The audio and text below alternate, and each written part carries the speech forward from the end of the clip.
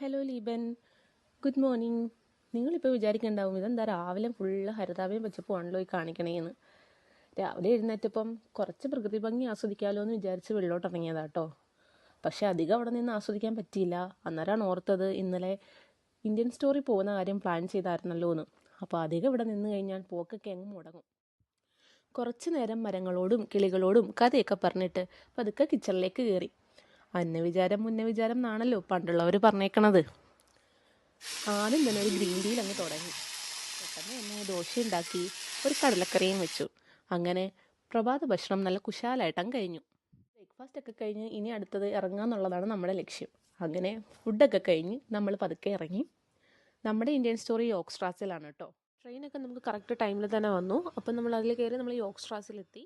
നല്ല ക്ലൈമറ്റ് ആയിരുന്നു കേട്ടോ. ക്ലൈമറ്റ് നല്ലതായതുകൊണ്ട് തന്നെ നമ്മൾ നടന്ന് പോകാമെന്ന് വിചാരിച്ചു.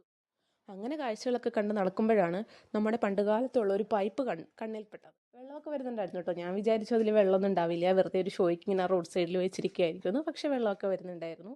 അപ്പോഴുണ്ട് ഒരു വലിയ ഫ്രിഡ്ജ് റോഡിൻ്റെ സൈഡിൽ വെച്ചേക്കണു. നല്ല ഫ്രിഡ്ജാണ് കേട്ടോ. ആർക്കെങ്കിലും വേണമെങ്കിൽ എടുക്കാം എന്നുള്ള രീതിയിൽ വെച്ചിരിക്കുകയാണ്. അതിൻ്റെ പാർട്സുകളും കാര്യങ്ങളും എല്ലാം പുറത്ത് തന്നെ സൂക്ഷിച്ച് അവിടെ അടുത്ത് തന്നെ വെച്ചിട്ടുണ്ടായിരുന്നു. അപ്പോൾ ഇതാണ് കേട്ടോ നമ്മുടെ ഇന്ത്യൻ സ്റ്റോറ്. നമ്മളിവിടെയാണ് സ്ഥിരമായിട്ട് വരാറുള്ളത്. അത്യാവശ്യം എല്ലാ സാധനങ്ങളും നമുക്ക് കിട്ടാറുള്ളൊരു ഇന്ത്യൻ സ്റ്റോറാണ്.